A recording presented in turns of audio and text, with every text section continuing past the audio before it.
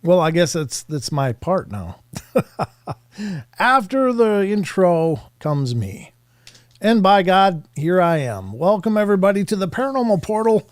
I'm your host, Brent Thomas. Thank you so much for joining me. As always, it's Saturday. Saturday, ladies and gentlemen. Hi, Deborah neighbors. Hi, 420 all day. Puff, puff, puff. Wonder what you're puffing. I think I might know. But good to see you guys. Thanks for coming in. Got Annie Manula is here. Good to see you. Vincent Sanchez. Rachel gets it right. John Temprin. Eric Fry. Chucky Danger. We'll be featuring Chucky's question of the week in just a little bit. Rachel gets it right is here. John Temprin again. T-Bones in the house. It's great to see you guys. Really appreciate you coming in. John Stevenson is here, so the Johns are represented. Good to see you. Grateful Owl is here. Got to breathe every once in a while. I'm just looking for a couple new names here as I scroll and scroll and scroll, but you guys are just chatting up a big love fest in here, saying hi to each other. That's pretty cool. That's always the pleasure of every show, is seeing you guys come together and reconnect, I guess, is the big thing. Henry Dong's in here. How you doing, Henry? Thanks for coming in, man. I know Phil is in here. Phil was the first one in the door. He was like, it was about 5 minutes till or so, and he was all ready to go. Philip Blair is here. Is this a normal portal? I don't know. Is there a normal portal ever, Phil? Is there any such thing? Josh Casto is here. Good to see you, man. Howdy, Paranormal Portal. Chucky's saying hello to everybody. At. Gotcha. I was like, ooh, that's a big message for me. But no, it was just part of me. John Stevenson. Yeah, I said John already. Deb Varner's here. Good to see you, Deb. My lady. Let's see what else. Norman Neighbors is here. Wonderful to see you, Norm. And I said 420 all day. All day 420. Well, there you go. Well, I hope you guys are doing good. Jason Finch, good to see you. I'm just scrolling quickly to say hello to everybody and see what the hell else is going on. Karen Alberting is here. T-Bone, good to see y'all. Wonderful. Well, I have no idea where my phone is doing, but I'm finally on the right night, Karen Alberting says. Well, it's good to see you here. Now, straight from the funny farm in northern Idaho, Brent Thomas. Yeah, the funny farm. Yeah, well, that's where I live. Got a fresh crop ready to harvest right now, folks. Of funny. I don't know if that is funny as it was funny in my head for that matter. But it's good to see you guys, all of you. Thank you so much for coming in. And hello to Car Juice 2 is over on Rumble, as is Barbara Morrow so far. So great to see you guys. Thank you for coming in, and hello to you wherever you are. Of course, we're streaming live on YouTube, on Rumble, on Facebook, on X, and on Twitch. So hello to all of you guys out there. If you're not talking, that's okay. You don't need to. However, if you're talking from Facebook, X, and Twitch, as well as YouTube, and you type into me, it'll appear on the screen over here and there. It'll appear there, and it'll come up with a little icon showing us where you're talking from. So don't be shy. There's Laurie Pruitt over on Facebook. Good to see you. Thank you so much for saying hello. And I don't know if Twitch will be represented tonight with anybody, but we'll always try. Dog Digger came over in Rumble. Good to see you, Dog Digger. Wonderful to have you here. I got like a mucus parade going on here. Did you hear that? I was like... I don't know what the hell to do, but that's just how it rolls. Of course, doll, I love this stuff, being a medium myself. Well, wonderful. Well, we love having you, whatever you are. You certainly mediums are welcome, as are smalls and mediums and larges. Everybody's welcome here in the portal. So, see the man of Eric Fry. What is going on, man? You're like my pitch guy tonight. I appreciate it. Commie-tube puff. Autocorrect from Karen. Got that. I'm just here on the YouTubes.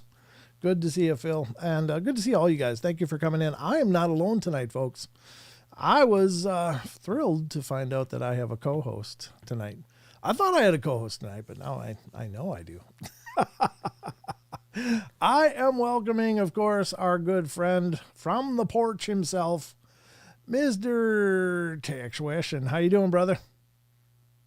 I'm here, man. You are. Slid in right under the wire, I think, but That's all right. Whenever you great. whenever you get here, there's no early or late here on the portal. You just get here when you can, and that's perfectly fine with me. I'm just glad you're here with me, man. Thanks for being here and being a part of the journey tonight. We got a lot of ground to cover. Are you feeling up to it? Let's do it. Let's do it. Well, folks, we're going to get to the news here just shortly. And then after that, we do have to tackle the Discord question of the week. If you're not familiar with our Discord, get familiar with it because, as many of you know, you've met each other. A lot of you that are watching the live streams, you get involved in the chats and you form these friendships. Well, a lot of these people that you're meeting in the chat are already over there on Discord. So check out the Discord link. Rachel, would you mind posting that for me, please? I would so appreciate it if you would. But the Discord is open to everybody. Anyone that wants to join, please do. I dig your hat, Tex, is what 420 all day says. Thank you. Obviously, they got good taste. But yeah, just love to have you guys over there. You guys ever had a portal up on you when live? Not that I know of. Although I'm pretty sure portals always seem to manifest around me somehow. But God, you hear my stomach? It's just doing something in here. Had some ribs tonight, Tex, and my God, they're fighting back.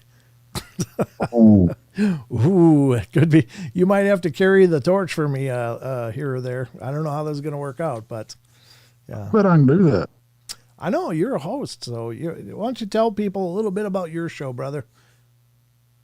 Oh man, thank you very much. We're on Texas Front Porch.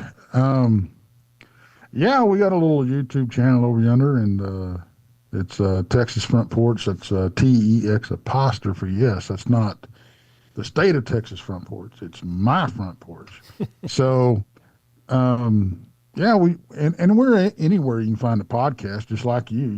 They can look us up right there with you and everything, and of course you run over there at the porch and here at the portal too. Also, that's a struggle for me, right? I have to watch myself every time I say that. I understand, but because I appreciate I'm trying my best, brother. I'm trying my best not to let it slip. I appreciate your efforts. Because we have officially voted Brent on the island of Misfit Toys with us. I'm now belonging. I've always been a misfit, but it's nice to be among other misfits as well. So yes, yeah. Yes, that's perfect. We are not alone, right? We just need that. I can't even finish saying that because it sounds so freaking inappropriate now that I'm thinking about it. You got to engage the filter because every toy wants to be played with, but I got to stop it there. I got to stop it there. I like it. I gotta keep this family friendly as much as possible. So Brent's a lonely toy. No, I got plenty of things to keep me not lonely. Mrs. Portal and the Minion. There's so much going on in my life right now that it's absolutely maddening in a good way. I'm not complaining, but as you know, Tex, I mean, you're a one man show as well for the front porch, and it gets to be a lot of work. It gets to be a lot of work. So there's never, and you. I mean, mine's simple compared to what you do. It really is because I don't do a bunch of editing like you do. Oh, so. Yeah. Well, I'm not doing nearly as much as I should, but I'm just trying to keep up. I got such a backlog of the video podcast that it's just stupid right now. But I'll get them all up there. They're evergreen. They're always in season whenever they open up, aren't they? That is true. Okay. That is true. Well, I don't know about you, Tex, but I got a hankering for some news. I do. And every time we start, I'm like, okay, let's do the news, because my favorite part of the show is the question of the week. Yeah, it's really cool. It's really cool. And ladies and gentlemen, if you're not familiar with it, again, hello, Danielle Diva Borzon. I think I'm pronouncing that all right. But Little sister. it's great to see you. Thank you for stopping in and saying hello. She, of course, Danielle has a show of her own. Dex, you want to tell her about it? Tell them about it? Yeah, absolutely. She's got a couple actually. She does the Diva Dimension over on the porch, and we co-host a show together, a true crime show, which is Infamous Minds over on the porch, and then she has her own channel, which is Tea Time with the Danielle Diva. Wow, and that's her own channel. She's busy, and she's got herself a. I think it's a permanent. I think it's a permanent deal, kind of like me and you kind of started, and then we kind of rolled into. We just became. Here we are every Saturday night. Well, she's got Dennis Carroll over there with her. Oh, nice. Okay. Like every week, yeah. Oh, fantastic. Yeah. They knock it out of the park, man. They knock it out of the park. And mine and Danielle's book will be out soon too. Oh, very cool. Very cool. You got a book coming out together. I didn't know that. Why didn't I know that? Yeah. I don't know. Why didn't you know that? I feel a little left out, is all I'm saying. Yeah, it's a true crime book one. Oh, fantastic. Very cool. Okay. Good. Will that be self-published off of Amazon, or what are you guys doing? Yeah. Okay. Yes. All right. Very good. Well, we'll have to look for that when that's coming out or whatever. Let us know. Tex, come on to the show. I will. We can talk more about it. But for now, folks, it's time to bring you up to speed on the happenings in the world around us, because it's time for the news.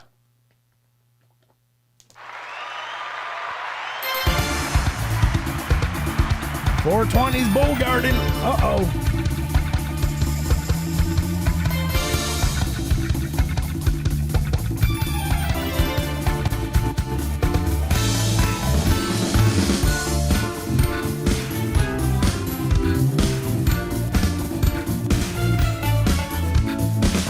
Jason Finch, I might have to silence you for a while.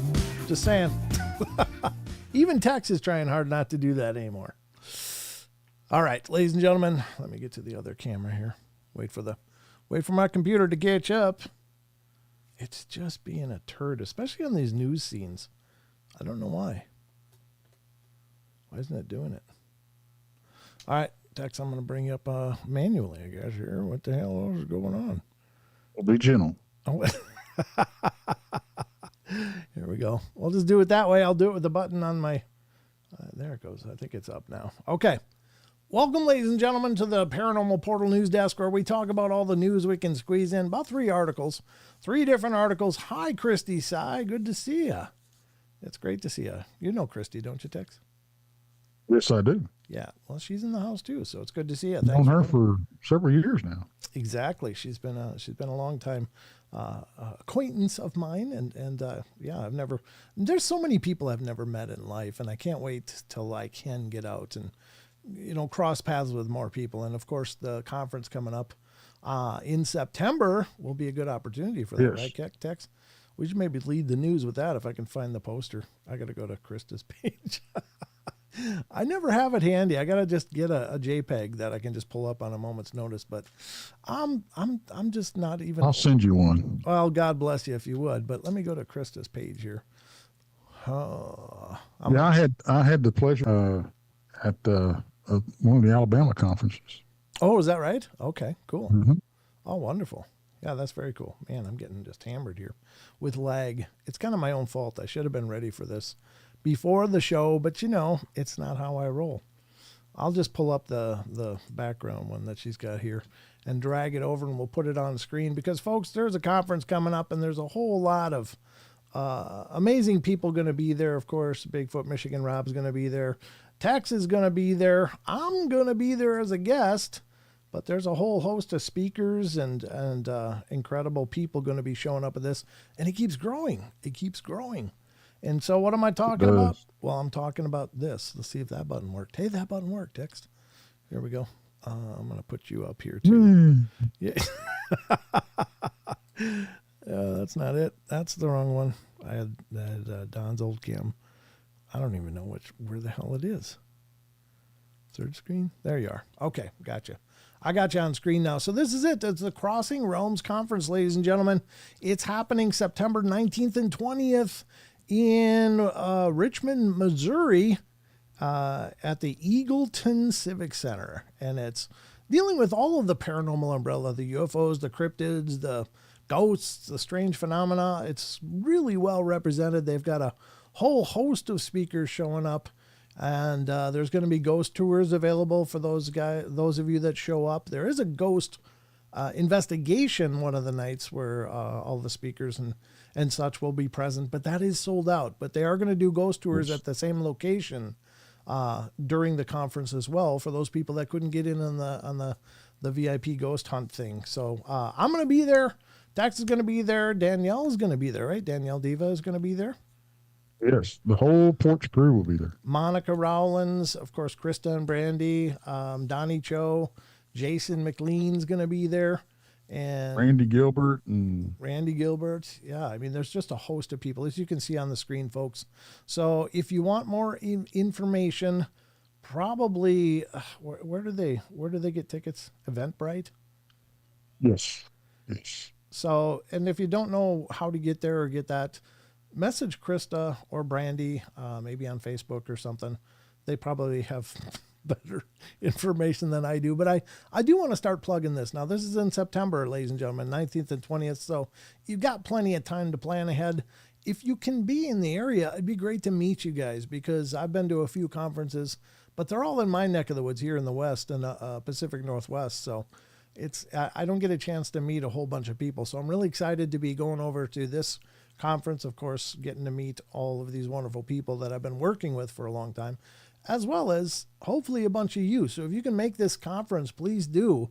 And again, reach out to the Blondes and Booze for more information about how to get tickets or where to go. But I know the tickets are available on Eventbrite. So looking for the Crossing Realms Conference in September 19th and 20th on Eventbrite, and I'm sure you'll find it. So that'll be exciting, right, Tex? Oh, I'm looking forward to it. It's like you said, man, it snowballed on us, and it is literally the who's who of the UFO, paranormal, and cryptid world that's going to be there. You know, between the speakers and the special guest. If nothing else, if you can use this conference to network for, maybe you're starting your channel or you're starting an investigation team or something like that, and you want to get meet some of these people that's been in the field for years, and it's a great place to do that. And the thing about it is that the vendor area is open to the public for free. Right. So you can come and hobnob and rub elbows and shake babies and kiss, kiss hands or whatever you want. And I don't think that's how that works. I think it's shake hands and kiss babies is how that's supposed to go, instead of shake hands or shake babies and kiss hands. Oh, well, details, Yeah, details. You're right. Maybe I'm getting too detailed. But yeah, I'm really looking forward to this, man. This is going to be a lot of fun. So I'd love to see you guys there. And that's kind of the opening information for the news. I'll be trying to cover that more as we go forward as well. I'll hopefully get better information for you guys, because I feel like I'm just, very, very, very poorly spitballing this, but I'll get a better presentation lined up for you guys. Tex has got this really cool video that he whipped up. I'll have to get a copy of that, maybe. I don't know. You never know. I'm going to send it to you. I bet you are. Sorry, I'm a little froggy. I haven't talked a lot today, so it's all working up together. All right, let's get to some news and find out just what the hell's going on in the world. And if you guys have a message that you want Tex or I to see, try to capitalize it if you can. Just make all capital letters, because then they really stick out. You guys are always a part of the show, so please feel free to participate. You guys are always the other co-host, so just feel free to jump in. If I can't read it at the time, I'll try to get back to it as much as we can. So let's get to the first article tonight. Always throughout the course of the shows, We utilize a lot of sites, and I just want you guys to support these sites. These sites are incredibly well done. They're very professional. They're very timely and current, well written, well presented. And these people are working extraordinarily hard to present this stuff to you guys. And there's so much information on every one of these sites. So please stop into these sites, visit them, give them your love, because of course, hosting a website is no small endeavor, especially if it gets a lot of traffic. So, there's a lot of overhead to maintain. So please let these people know that you really appreciate their efforts and they're doing an amazing job. And the first site we're going to be diving into tonight is one that I love and have used for quite a while here on the portal, with the news especially. Just waiting for everything to catch up. There it comes. And this is a site that I just adore. This is unexplained-mysteries.com. And this is our first story for the night here on the news. And this is from Metaphysics and Psychology. So burst of brain activity after death could be soul leaving the body. I guess that's interesting. I mean, it's so funny because I don't think a lot of us need the scientific validation or endorsement of this idea. Like we are, many of us believe in the spirit surviving, continuing on after the passing of the human body, but it's nice that maybe science is maybe catching up to this idea. So let's see what this says. A leading psychologist has identified an unusual burst of brain activity that occurs after a patient has died. Do we consciousness produced entirely within the physical brain? It's a question that scientists, psychologists, and philosophers have been attempting to definitively answer for centuries, and a conundrum that we seem to be no closer to solving. That said, Dr. Stuart Hameroff, professor of, his name is Hameroff, and he's a professor of an anesthesiology. Here you go. Here comes your dose. He just. I once went to I had a nerve test done on and they stick this microphone. It's a needle, but it's a microphone, right?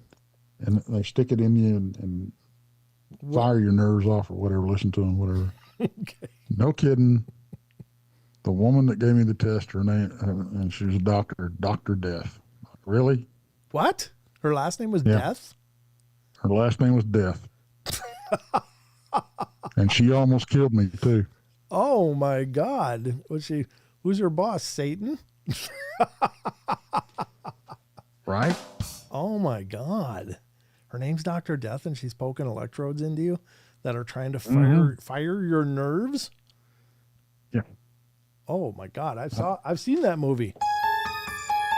Yeah, absolutely right. Oh, no. Oh, no. That's terrible. Dr. Death. I'm sorry if anybody's got any buffering. I see Karen says no buffering finally. Good. I'm glad to see that. But yeah, that's creepy. So this guy's name is Dr. Hameroff, and he's a professor of anesthesiology and psychology of the University of Arizona. Believes that he may be closer than most to finding an answer. All right, let's see what he says. Back in 2009, researchers at George Washington University placed small sensors in the brains of patients deemed to be clinically dead just before their life support machines were turned off. Surprisingly, they recorded unexpected brain activity, sometimes lasting up to 90 seconds, occurring after the patient had died. What the hell is that picture? Like some turd. What are those, baked potatoes or what is, I don't even know. Okay. Dr. Hameroff now believes that this could be evidence of a soul leaving the body upon death. The research also suggests that consciousness may be the last thing that goes when we die. As the brain reaches a critical level of hypoxia, the action potential, an electric signal that shoots down a neuron, is lost by a large numbers of neurons, and this loss of electrical potential causes a cascade of electrical act. I don't even know what the hell I just read, but it sounds fascinating. The study researchers wrote, and we offer this as a potential explanation for the clarity in which many patients have out-of-body experiences when successfully revived from a near-death event. But Is this really evidence of a soul leaving the body or simply the activity of a dying brain? We may never know for sure. Well, somebody's going to know. Maybe the person who's dying. I think they're going to know. They're going to figure that out pretty quick. But fascinating. And I love the study of near-death experience. Yeah, you know what I'm talking about, Dex? Yeah. I think that is absolutely fascinating. Look, they can see people are clinically dead, including EKGs that are flatlined. Like there's no mental activity going on, and these people are clinically dead, and yet they'll come back with these amazing stories of all that they saw, including outside of their own body in the operating area and visiting relatives and the details that they can report back that they observed that are in some cases verifiable, that they observe things happening that there's no way they could have been aware of, is absolutely fascinating. I think that's really amazing.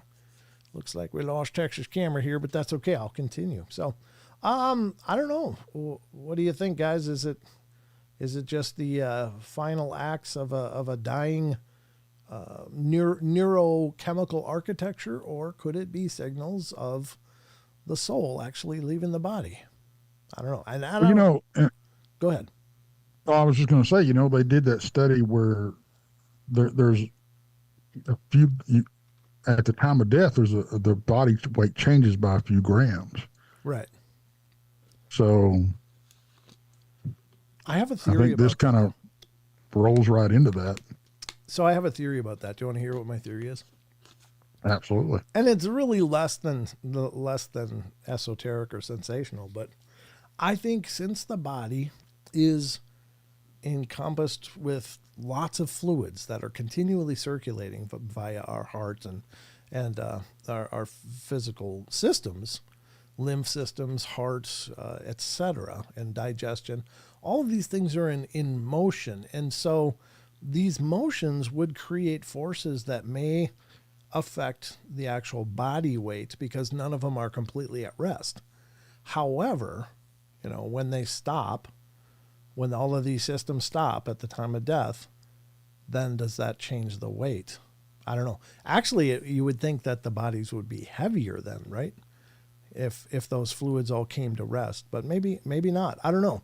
I just wonder if that could be some of that variance. But you're right. It's like, I don't know how many grams the difference was. I don't remember, but I remember hearing that and thinking, well, is that because the bodies are simply now everything in them are just boom, everything's stopped and it's fully subjected to the force of gravity. Whereas if it's in motion, it creates, counters of and possibly adding to the gravity of the form, depending on the direction of that motion of fluids.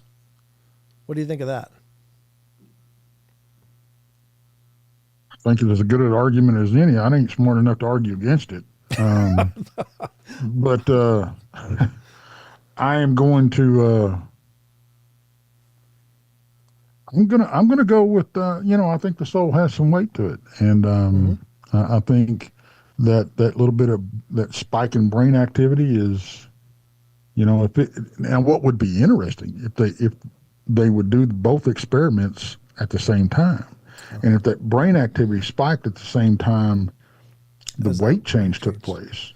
Right. Maybe that spike is the soul leaving the body. Could be, and then the weight variance after that. So Spirit Stalker 54 says 17, and Dr. Jekyll says 21 grams. It's very interesting.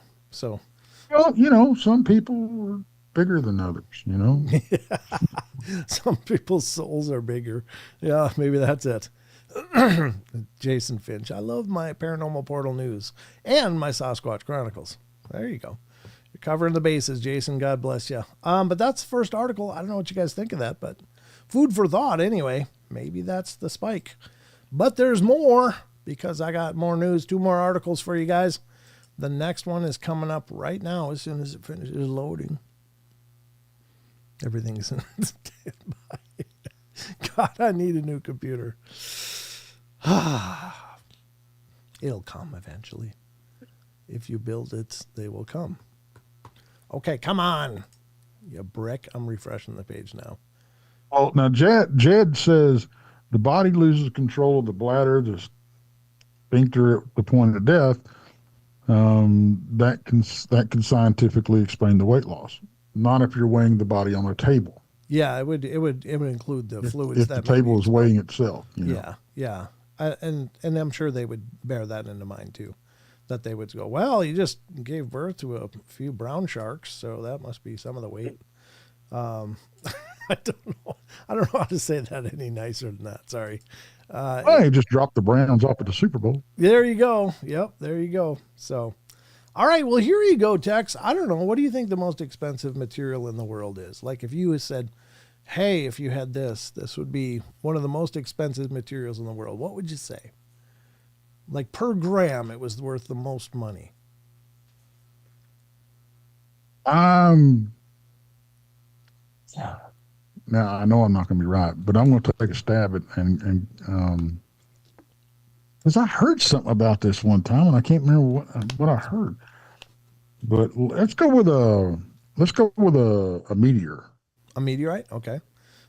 And like a lot of people would probably think like, well, there's platinum, there's gold, some precious metals or things like that. Right. But apparently they pale in comparison to what is actually the most, by a long shot, expensive material that you could possibly obtain if there was enough of it. But let's get to that now. That's our next article from unexplained-mysteries.com.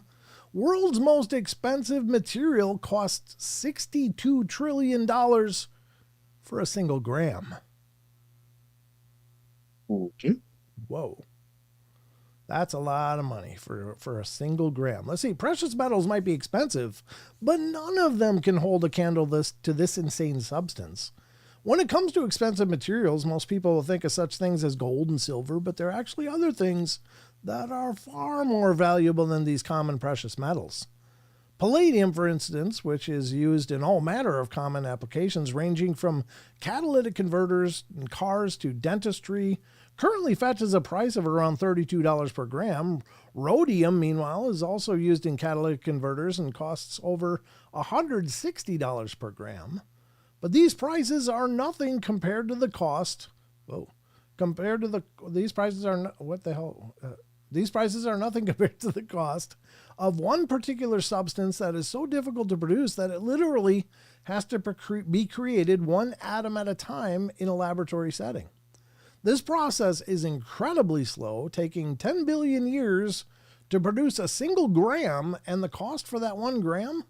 Somewhere around $62 trillion. This figure is based on an estimate provided by NASA scientist Harold Garish, who in 1999 calculated the cost of producing it based on production capacity and energy requirements. What is it though? Processing the same mass as ordinary particles but with an opposing charge, antimatter is as elusive as it is mysterious and could help physicists understand more about the way the universe works. When antimatter and regular matter meet, they annihilate one another, releasing a burst of energy in the process, meaning that actually creating and storing it is extremely difficult. Suffice to say that is one substance that we are unlikely to see being mass-produced anytime soon.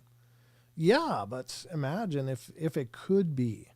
And maybe they'll figure out a way that it can be made much more readily, but it kind of becomes the stuff of science fiction, right? Like antimatter drives. You hear that stuff in science fiction all the time. Yeah. And I don't know what kind of energy it produces when it meets regular matter, but it must be intense.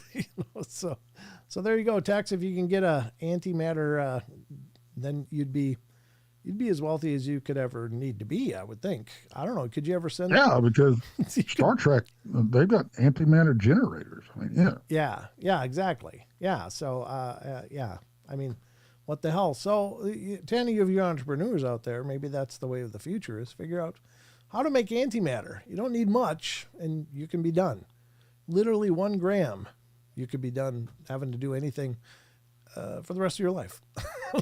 So there you have it, folks. You could help the national debt. You could, you could clear it and then some if you had 1 gram. I don't know what the national debt is, like 30 trillion or 35 trillion, but yeah, Like, you'd have change. So yeah. you can go buy a Happy Meal right after. So anyway, that's crazy. But yeah, I guess 32 trillion or 62 trillion for a single gram. I didn't know that. I was today old when I learned that one, Tex. Me and you both. Well, there you go. Andy And I Man. was actually a little bit younger than, or yeah, older than you when I learned it. I was today plus some. Plus some. Okay. Well, I was literally right now old, but yeah. But yeah.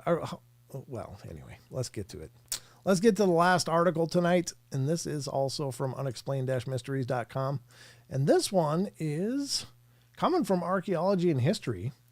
I don't know if this is huge news or not, but I think it's interesting. Again, this is not paranormal, but I like when we learn about the ancient world and when we find more things from the ancient world.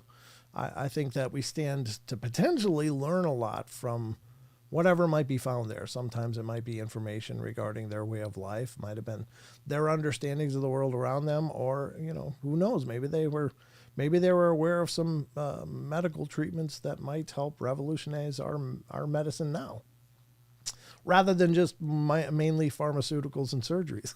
So let's see what it says. This is from unexplained-mysteries.com. Last article of the night. Major find as first royal tomb since Tutankhamun is unearthed in Egypt. Do you remember, Tex, when the big King Tut stuff was going on? And I mean, it was for like the 70s, wasn't it? When that was the big... Yeah. I think it was, wasn't it? Well, I think they uncovered it in the 50s, but I think when he went on... Yeah, that's what I was thinking, but they like released the whole thing and... Yeah, they kind of started touring it and stuff, and that was when everybody was just falling all over themselves to go see the big King Tut exhibit when it would come through. But yeah, I mean, I remember that.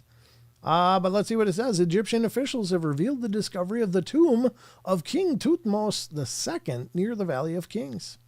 The find, which is being hailed as the first of its kind since the discovery of King Tutankhamun's tomb, all the way back, 1922. Whoa. Was made by a joint Egyptian-British archaeological mission west of Luxor. It is the last of the tombs, the last of the lost tombs of the kings of ancient Egypt's 18th dynasty, which reigned for a period of over 200 years between 1550 BC and 1292 BC.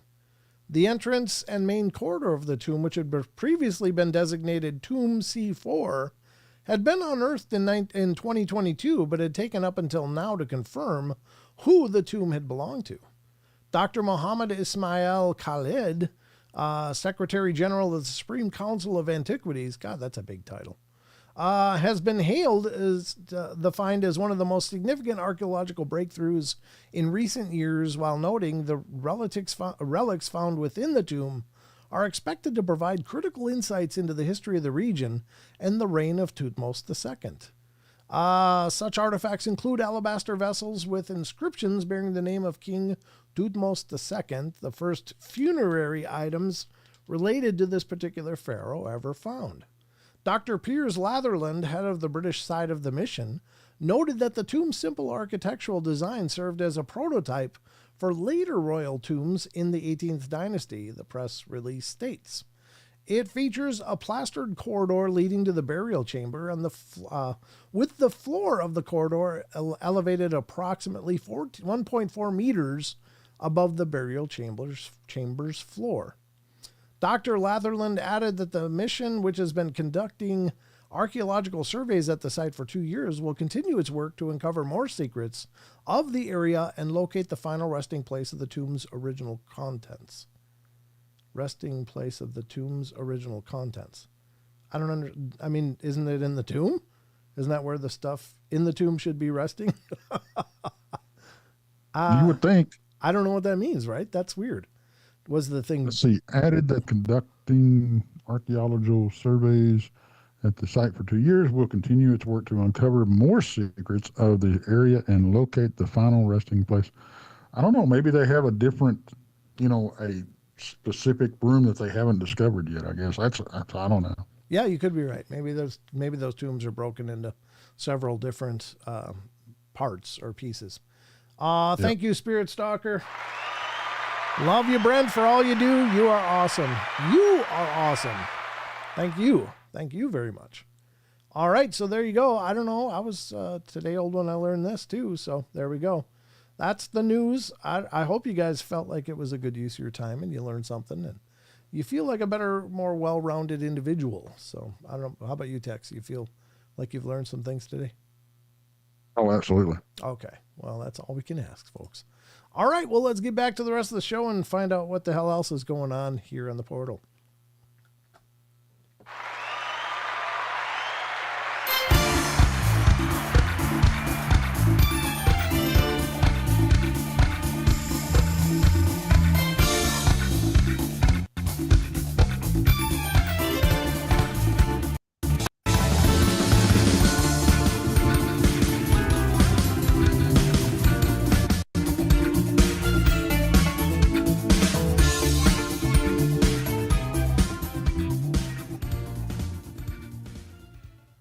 All right, you gotta love all the latency. I don't know what the hell's going on. Wait for everything to catch up now. Let's see. Is it coming? There it is.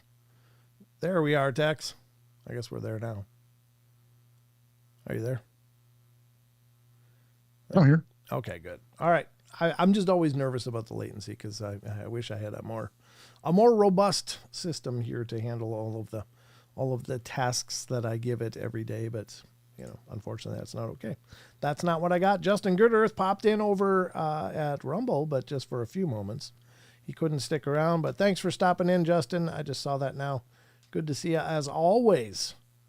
All right, there you go. Well, I guess, Tex, it's about time to go to our next segment, which is your favorite segment. And we are speaking once again, about Discord. We have a Discord server for the show, and it's free to sign up. Doesn't cost you anything, but there are always discussions ongoing over there in the Paranormal Portal Discord, and we'd love to see you become part of that community as well. It's kind of the continued community of our live streams and the podcasts all in one. And thank you. What happened? T-Bone bringing 5 memberships to the table. God bless you. See what I mean? This T-Bone does this on everybody's shows. I don't know how you do it, man. That's amazing. Gifted 5 memberships, Mr. T-Bone. Thank you. XX Pantera XX got one. Amanda S got one. Joanne Perry got one. King T.L. or TL, King TL. And then Charlie Don't Surf, because apparently Charlie found exactly what he's looking for. No need to surf anymore, Charlie. Just stick around. But congratulations to all you guys. Special thanks to T-Bone for that. And thank you, Rachel, for posting the Discord link again. Please feel free to join wherever you are. And I'll post it over on Rumble for anybody over there. Ooh, I lost it, didn't I? I did. It stopped. Dang it. I gotta re-highlight it again because it moved. The chat moved and screwed me up. There we go. I'm going to post the Discord link over in Rumble, so if any of you over there want to join it and you're not already, you can do so. It's free to join. Discord's a little bit unusual for, because it's a unique application, but it's not really hard to use. And I'll bring it up on screen here in a second after this.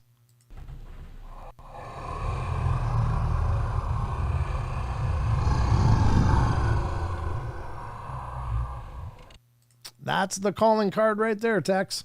So we're going to go over to the Discord server. Here's Discord, folks. This is what it looks like.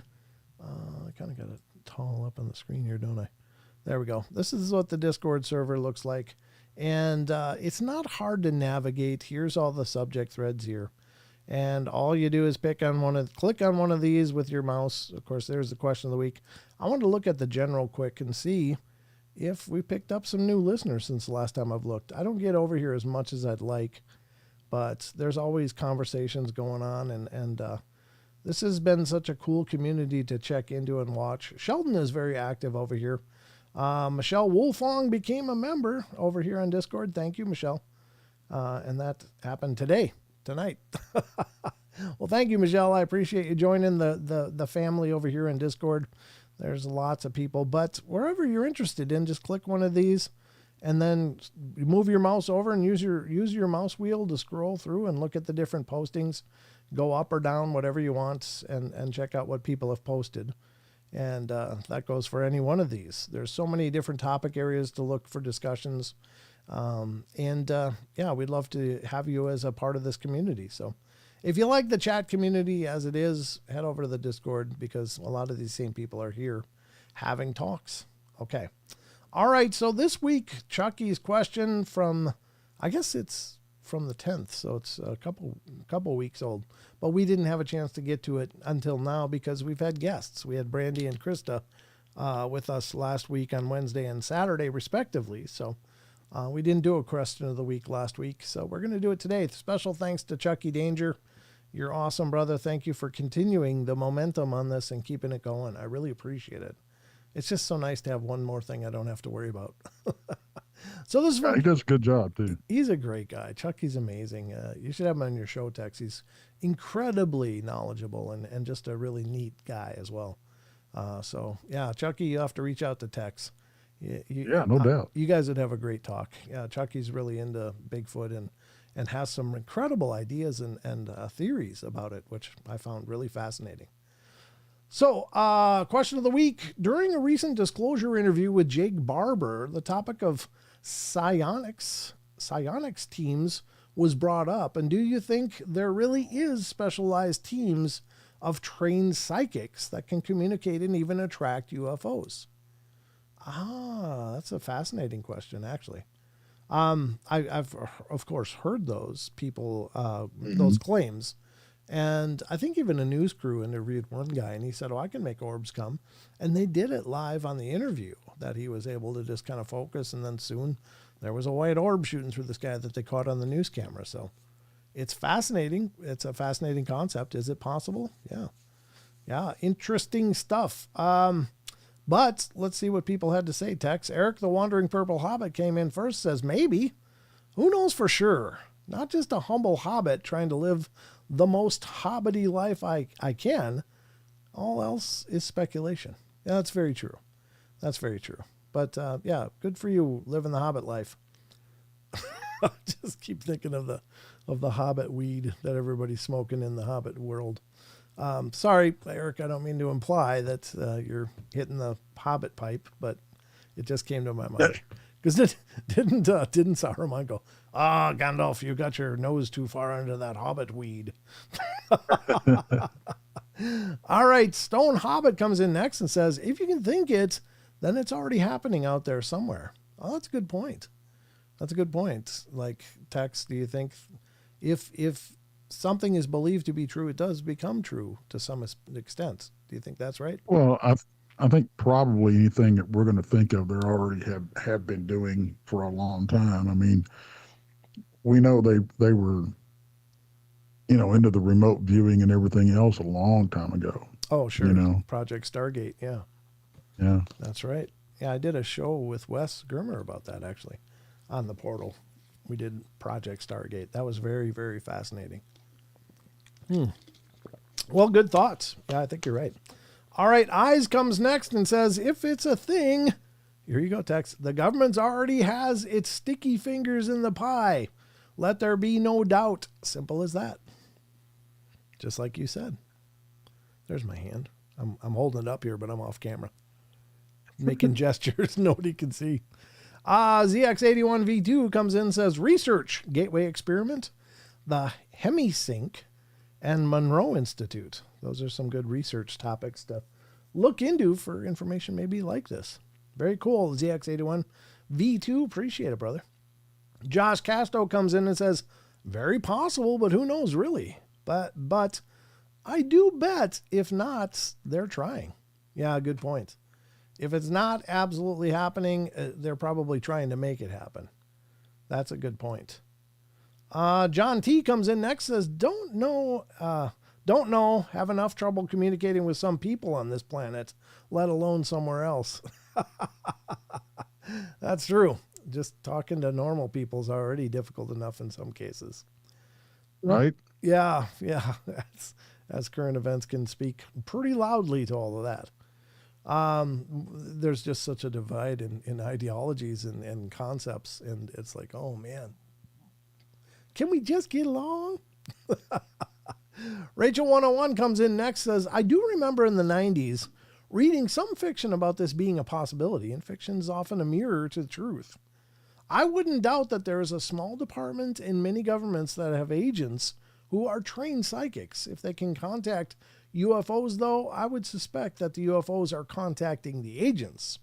The human brain is the highest tech we have, but I would think the UFOs and the inhabitants have some technology that intentionally contacts the agents, and the agents are the whiteboard and the aliens are the ones with the marker writing the messages.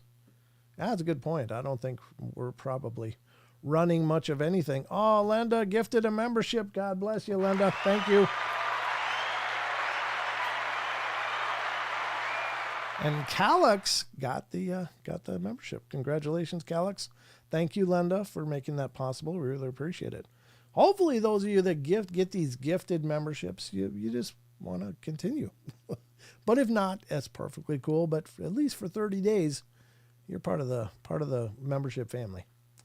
All right, coming in again, I guess with the last response tonight. This is it. Eric the Wandering Purple Hobbit. Question of the weekend: why, how, where, when? If a packed lunch is never consumed, why pack it in the first place? I don't understand. I don't know what that means. Do you know? Lost me. Huh? He lost me. Yeah, I'm lost too, Eric. Sorry. Too much of the Hobbit weed. I'm just saying. No, I'm just kidding. I don't know what he's referring to there. If a packed lunch is never consumed, why pack it in the first place?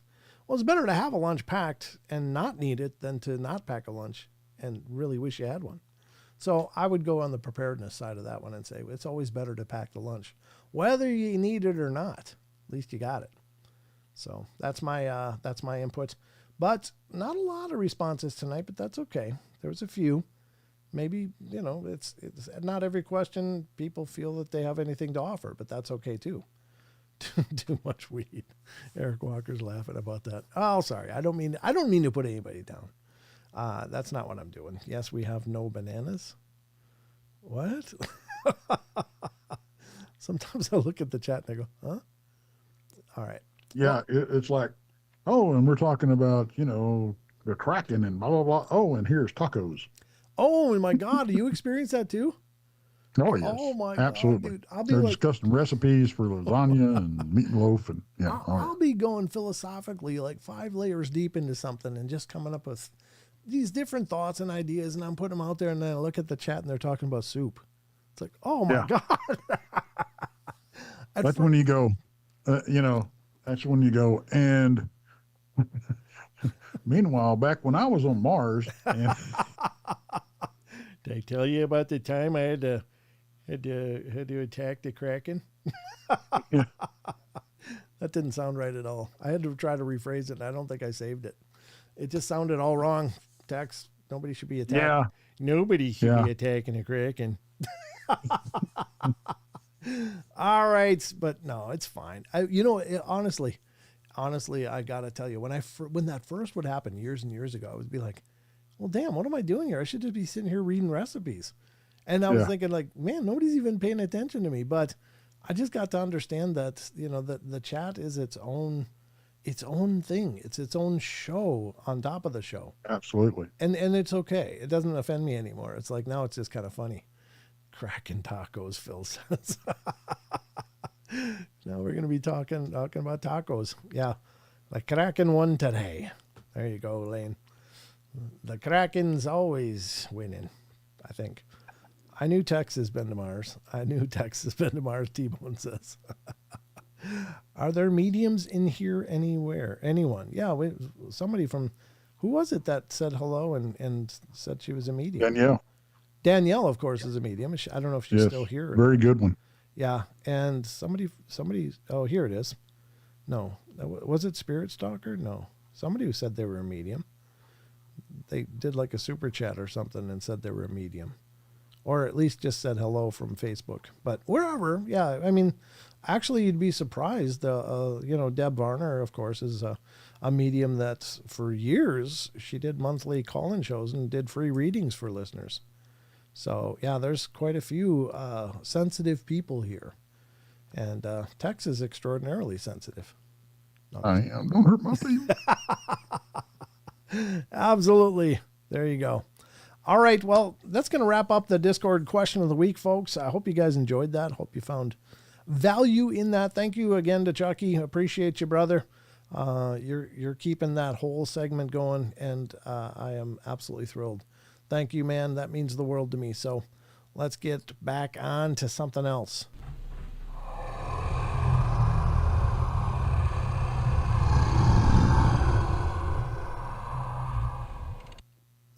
Okay, ladies and gentlemen, and now I'm pleased to introduce to you my co-host, who has put in a lot of time and effort making this special segment for you guys for tonight's show, Mr. Tex Wesson. Tex just looks at the camera like, no, I'm just kidding. Tex is always adding to the show just by being here, but I wanted to see your reaction. The way that you just were kind of looking down the glance at the camera. And now for something completely different, the larch. Oh, that was funny. I couldn't resist. I could not resist, X.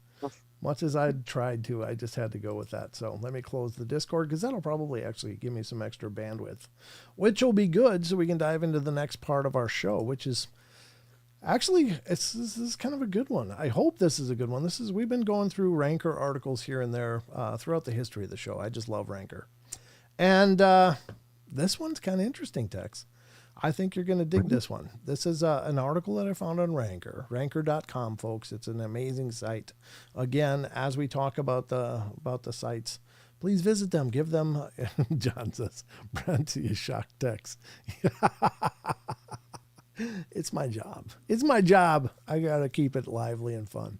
I like to laugh. I like to laugh. I don't know. I mean, obviously dealing with this topic, or these topics, it gets pretty heavy. And if we don't try to, take it light and have fun with it, it's just pretty heavy stuff. It gets dark and intimidating. So I like to laugh. I like to have a good time.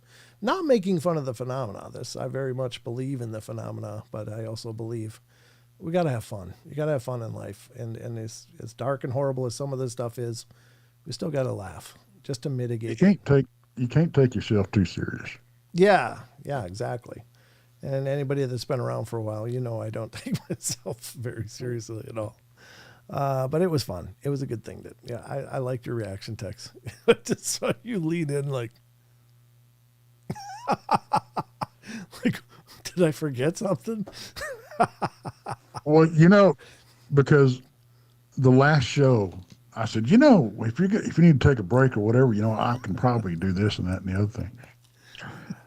And then you started doing it. I'm like, oh crap. No, I was just being a dick. Sorry. I like it though. You can tell you're clearly a good friend of mine, because if I didn't know you as well as I do, I would have never pulled that. So, all right, but here's the article. I think this one will be fun. This is a Ranker article from actually 2024, June 14th, and it's written by Muriel Loveland over on ranker.com. And this one, I just saw it and I was like, oh my God, this looks amazing. 15 creepy stories that kids have said about their past lives. Ooh, what do you think of that one, Tex? This one sounds interesting. Right. I was like, ooh, this will be a good one to dig into.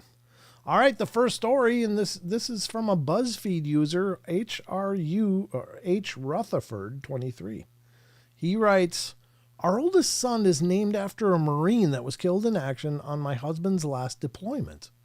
On a drive to my sister-in-law's house, we passed the military base where his namesake is buried. And we'd never visited his grave with our then 3-year-old. And as we were driving right past the area where his grave is, our son tells us, just matter-of-factly, I'm buried over there. We stop. Whoa, right? We stop our conversation and ask him to repeat himself. I'm buried over there in the ground, from when I died when I was fighting bad guys with Daddy, before I was your kid, he said, and then just went back to whatever the 3-year-old game he was playing. We had never visited that side of the city we were in, and we had no clue that the graveyard was even there. Wow. No. What do you think of that one, Tex? Well, the girls did a show about this kind of stuff Friday. Oh, interesting. Okay. Yeah, and it was absolutely fascinating, and they dedicated the show to Krista's cousin, which was more like a brother to her that lost a bout with right. depression. Yep. And but they talked about this particular subject, the whole kids knowing stuff when they shouldn't know, and past lives and all this kind of stuff. Mm-hmm. And I find it fascinating, and I would absolutely love to have a past life regression. Oh, sure. As long as it doesn't involve hypnosis. Oh, okay. Well, there are psychics that can apparently do that without hypnotizing you. See, I'd be down with that. Okay, yeah. But I don't want nobody rooting around in my brain when they don't know, because there's a lot of room in here, and they get lost and stay in there, and it's just a whole mess. Lots of. Yeah, I haven't dusted in there for years. Yeah. Yeah, lots of dust bunnies all over the place. No, but it's very fascinating. I just full disclosure, I firmly really believe that there's merit to this, that we don't just get one run at this, that maybe we get, a lot, because I think this is a school. I think this is where we learn. But what a fascinating thing. Wow. And, I'm not suggesting anybody else should believe in that or not. Just, come to your own conclusions. But how do you explain stuff like this, the story that we're talking about? Well, yeah. Now there is the possibility it's just a piece of fiction, because we don't know these people and haven't talked to them. But just based on the face value of it, if it is indeed real, if this event just really did happen, then I don't have any explanation for it. And this is something that's been studied by a lot of psychologists and psychiatrists. This phenomena, they have clinically found that there's no way to answer some of these mysteries like this. That there are kids who have retained knowledge of a lifetime that they'd never, they should not know.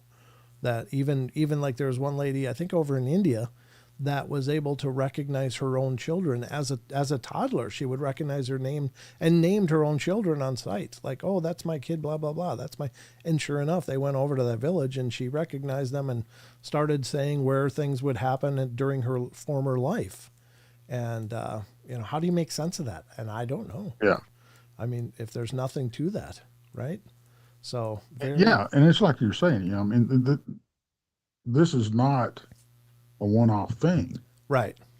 We hear about this quite often, actually. Yeah, it's surprising. Mm-hmm. Yeah, I mean, most of us come back with, if indeed we'd lived past lives. I mean, like, hell, I don't remember mine.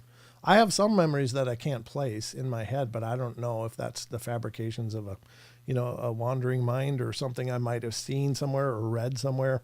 Like, I have weird memories in my head that I've, remembered since I was a small boy, but I can't place where that comes from. It doesn't match anything else. And I've talked to my mom about it, many times through the years. And she's like, yeah, well, that there's no place like that we ever visited. So, and I've had that happen to me on occasion. I'll be like, talking to my sister, which is quite a bit older than me. Uh-huh. And I'll say something like, well, what about this, this, and this? Well, that never happened. No, I remember this happening. Right. Yep. Very true. Well, we never did. Whatever. I remember doing it. Yeah, it's incredible, isn't it? So, it really is. And I don't know any other explanation for it. No, me either. Unless it's not that we actually lived that life, but that maybe in a dream state or,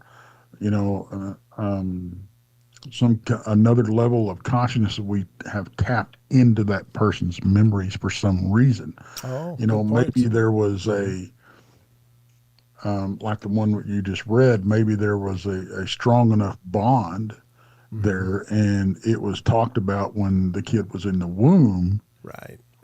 That he picked up on that or maybe the guy's, maybe, I don't know, maybe the guy's spirit told the kid. Yeah, I mean, there is that. Yeah. You know? There's many possibilities, but certainly one that has Yeah. to be considered is these people did live before, and they do recall parts of that. Now, I will say a lot of these children outgrow this. Because I would be kind of, as a parent, if one of my kids came back with this total recall, or at least a really big recall of a past life, I would feel almost kind of cheated, because it's like, well, what can I teach this person? They know more than I do. Yeah. Part of being a parent is helping to, prepare your child, teach them, tell them how to look at life. But if they've got a full head of memories from the place, from the time they were alive, it's like, well, maybe they should be teaching us. Right. Yeah. And the thing okay, so I'm doing a show tomorrow night, and it's going to focus on some stuff that's happened to me very, very recently within the like from the last couple of days to the last couple of weeks, involving dreams and stuff like that. And it's going to be very, very personal. I really haven't discussed it much because I'm still trying to get my head wrapped around it, and I want to try to discover more about it with the people that's going to be in the chat and on the show.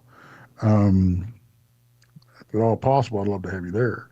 Oh, okay. But because and I'll tell you what it's about off air, but because I don't want to let the cat out of the bag. Sure. But what I can say is I'm kind of wondering if I dreamed my own death. Oh, wow. Wow. That's heavy. Yeah. So, I don't know. Okay. Well, yeah, that would be fascinating and a lot to consider, but wow. Could you imagine? Wow. Well, definitely don't miss it, folks. When is this? Tomorrow night? Yeah, tomorrow night, 10 o'clock. Okay. 10 o'clock. 10 o'clock Central. Central. Okay. Yeah. All right. So whatever that means for wherever you guys are, definitely tune in and you can hear more about that and how go on that journey. That sounds fascinating. Absolutely. Yeah, we'll talk more, brother. Yeah, absolutely. All right, here's the next. I know you're really into that kind of stuff, so. Yeah, I mean, I'm into all of this stuff. There's not much. Well, yeah, but I mean, we have this kind of conversation more than once. Right. Yep. So about the subject we're talking about, not only the dreams, but the old memories and stuff like that. So. Right. No, that sounds fascinating. Okay. Yeah, we'll talk. I want to hear more about this, but here's the next one, a Scottish pub crawl. When I was about 4 years old, we were driving, this was by Hydraulic Turtle, by the way, from Reddit. I like that name. I love these Redditor names. They're so awesome. People are so creative. And on YouTube and all the other social media as well. But I was about 4 years old when we were driving through Scotland, and I'd never been to Scotland in my life. And we stopped at this pub in a small village in the Cairngorms. I got out of the car and said, "Oh, my favorite place," which my parents thought was a bit weird. Well, they sat down and got a drink, and my dad looked around and said, "Where are the toilets?" Well, I apparently leapt up and took him by hand straight to the toilets, which were actually tucked right away behind a fake wall type of thing. Again, my parents were a bit unsettled, but just assumed that I somehow saw them on the way in. And then it got weird. I was telling my mom about how much I used to love coming here and sitting beside the fire. Well, there actually wasn't a fire in the pub at all, so my mom laughed and asked me, "What fire?" And I pointed to a wall and said that there used to be a fire over there. Well, she just shrugged it off, but then I carried on and went into more detail. I claimed I used to live out here and come in the pub nearly every day. I was friends with the owner, Fred. My mom went and spoke to one of the bar staff and asked if there was a man named Fred here, to which she replied, "Oh, no, sorry, miss. Fred died over 10 years ago now." Ooh. Yeah. Wow. That's pretty heavy, isn't it? So what are the odds Yeah, you bring your kid to a place that they used to live? Wow. yeah. I mean, what do you do with that? I don't know. I don't know. As a parent, what would you do? I would honestly, to be truthfully honest, I would try to record all I could about it. Try to have more conversations about this and write it down, because Yeah, I'd be asking questions and right, yeah. What else you do you know, remember? What else can you tell me about this area, and just see what the kid yeah, would say, and then to see if you could verify that after the fact, because again, a lot of these kids will just kind of go into the full amnesia or just forget all about this and not remember it later. But it's just these early memories somehow still transition what could possibly be a prior lifetime. But it would be neat to hear what they would have to say about it. So I would ask a lot of questions and ask for details and ask, go walk around and what else do you remember? Where can you take me? What can you show me? And just explore it. I mean, if you're in that situation, it's a perfect time to just see where it goes. And I think again, it's got to be a little unnerving as a parent to think, well, I don't know if this is really my kid anymore. I mean, you'd have to think about that, right? Because it's somebody else that just kind of is there. And it's maybe the same soul having another life experience, but it still would feel like, where's my kid? Where's the kid? Where's my kid? You know what I mean? I don't know. Does that make sense? yeah, it makes perfect sense. Yeah. I mean, to my mind, it does, which is questionable. Right. But Yeah. it's there again. What and you said, what are the odds that they would go to that place? Right. And there's a lot of questions that I would like to see. That's the problem with these articles and stuff. Right. I want to sit down with these people and ask questions. Right. Yeah. You just love to dig into it and find out what else didn't they write? What else happened that they may not have mentioned? Right. Or that Right. they didn't think was a big enough detail to write. And it's like, well, everything's big Right. at this point. Yeah. So, Did they go back? right. And Yeah. But and this kind of leads into the whole kids having make believe friends and stuff like that, and uh-huh. and like you said, they grow out of it, and you tend to forget that stuff when Right. or you just brush it off as your imagination, because that's what a lot of people do. Right. And it's just lost to time then, Yeah. Because here's the thing, I've often thought that some of our greatest treasures in this country and in around the world, and I know that other countries treat this a lot different than we do here in America, but our oldest generations are sitting in nursing homes, and they're fading away, and they have so much to say and so much that they could teach us if somebody would just sit and listen to them. Oh, absolutely. And what treasures could they share with us about their life and their journey that is just dying away? It's just fading away, and we'll never know. Now, full disclosure, I'm not sitting, and going to nursing homes and interviewing people. Like maybe there's some part of me that wishes I would, but I just don't have the time. But I wish somebody would, because these are some of our greatest treasures, and what could we learn from their lives and their experiences? What stories have they never shared or not really talked about that could benefit the future of humanity? And that's what I think is really sad. Oh, Ghost 8541 coming at Twitch. How you doing? Great to see you. Thank you for stopping. You know what? Huh? Maybe I'm going to look into doing this. Okay. I'm going to look into doing this. Fantastic. Maybe it's a project we can tackle together. Okay. Well, let's talk about it. That'd be awesome. Yeah, I think these people are, they're just sitting there staring out windows and stuff. And what could they tell us? And what could they share? Yep. What have they seen? What was life like as they grew up, and what is it like now? And what's it like to grow through all of that stuff? And yeah, I don't know. There's just so much there. So yeah, we'll talk more about that. All right. Number 3 is The Farmer. This is written by Corrine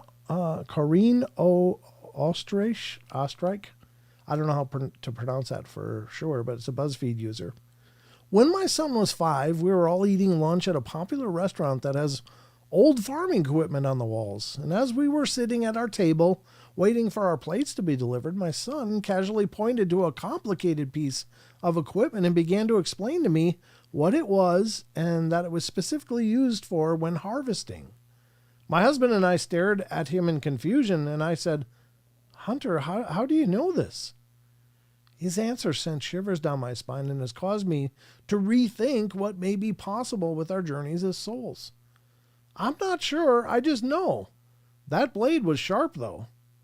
And then he shivered to himself as if remembering some horrible injury before lifting his peanut butter sandwich. Yeah. Yep, exactly. I don't know. I kind of feel sorry for the kid. I mean, Yeah. having a peanut butter sandwich at a restaurant. Well, some kids, that's about all they'll eat, But That is true. Some That are- is true. some kids I have a finicky 6-year-old grandson. oh, yeah, yeah. So you know. All I right. took him to my favorite pizza restaurant the other day that my mother took me to, like when we would win a Pee Wee football game. Oh, nice. I got to go to this pizza restaurant. Right. Oh, cool. And to this day, I remember my favorite kind of pizza, and I drank root beer with it. That's what I did.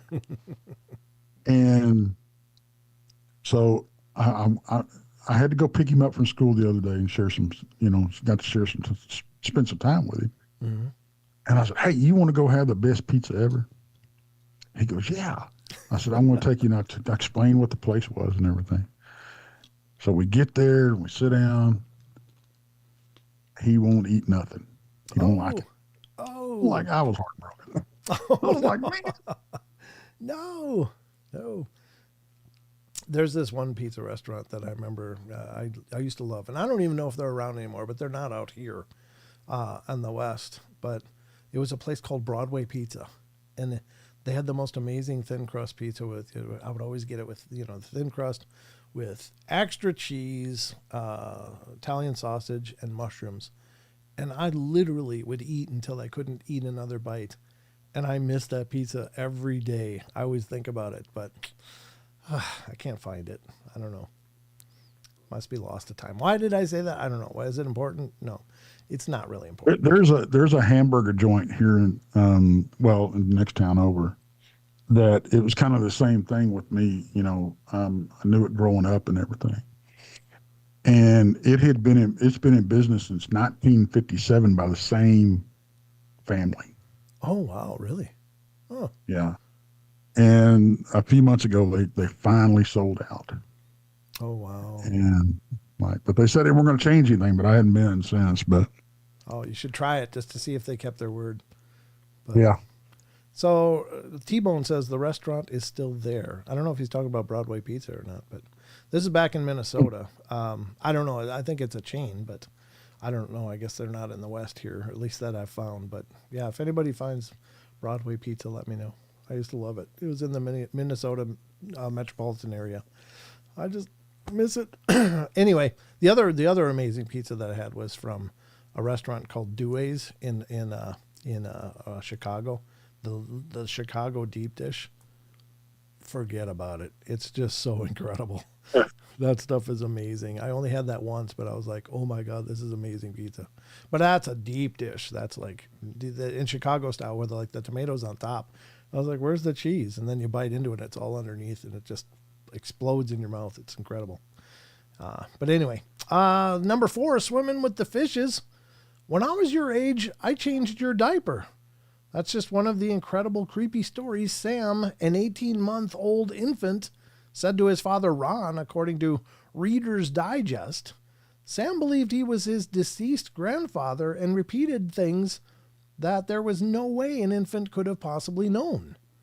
At 18 months of age, Sam was speaking in full sentences and shared this chilling exchange with his parents about a sister he couldn't have known existed. Sam was asked if he had any siblings in his past life, and he said he had a sister who turned into a fish. Who turned into a fish? His parents asked. Some bad guys. She died, he explained. And while Sam didn't have any siblings, eerily enough, his grandfather did have a sister, and her body was found in the San Francisco Bay after being unalived 60 years prior. How did he know that? Wow. So Reader's Digest changed Sam and Ron's actual names. Oh, yeah. There you go. Fascinating story. Yep. There you go with that early information they shouldn't know. Wow. Was it on West River Road? What? Pizza place. I don't know. I think it was back in Bloomington, Minnesota back in the day. Bloomington. Okay. Yeah. It was Broadway Pizza. Oh God, it was so amazing. Maybe on Penn Avenue, Penn, over in Bloomington, but I might be wrong. But it was over in that area. I used to live up there after high school. God, it was great. Oof. We'll read one more and then we'll get to some cryptids because we can't. It's still there. It is? Oh my God, I want to go. Yes. Next time I'm back home in Minnesota, I'm going to Broadway. That's it. Oh God. I'm just salivating right now thinking about it. It's so amazing. I don't even know. I am too, looking at it. I don't even know what kind of cheese they use. And I always asked them, what kind of cheese do you put on? I can't tell you. It's several different cheeses, and I didn't know enough, but God, it's like a blend of cheeses. It's amazing. All right. Mother by his headstone, Reddit users Pink Mercedes said her younger brother always used to talk about his past life, and the story never changed once. My little brother used to tell my mom and I that he died when he was 11 by being hit by a car. He said our mom was his mom before, and when he died, she was crying at his headstone. And he said this many times between when he could first talk until he was about 6 years old or so. So it wasn't a one-time thing in the story. In the story, he always was 11, always died by being hit by a car, and it was always our mom crying at his headstone. Now at 19 years old, her brother still remembers his death, sort of. He says he remembers telling us about it a lot, but only vaguely remembers his death, like as if it were a dream. Yeah, but we didn't get the... So he said this, but was that actually the truth, that their mom had lost an 11-year-old child? We don't know that part. Yeah. That's a weird omission. Okay. Well, anyway, I don't know. But I'll tell you what I do know, Tex. We're going to get into some cryptids before we run out of time here. Oh, let's do it. Let's get into the cryptids, folks. It's time for the Cryptid Corner.